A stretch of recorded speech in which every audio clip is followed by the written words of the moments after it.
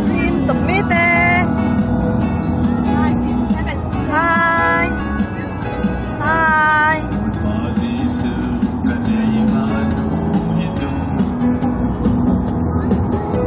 kamay lami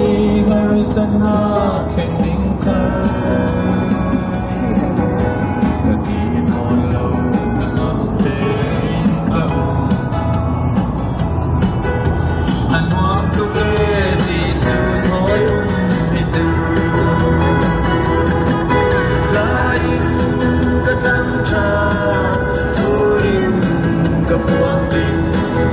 oi pai ben mi nangam na brang sula di tin inanwa oi pa thoi itu Kaswa tu kasi hari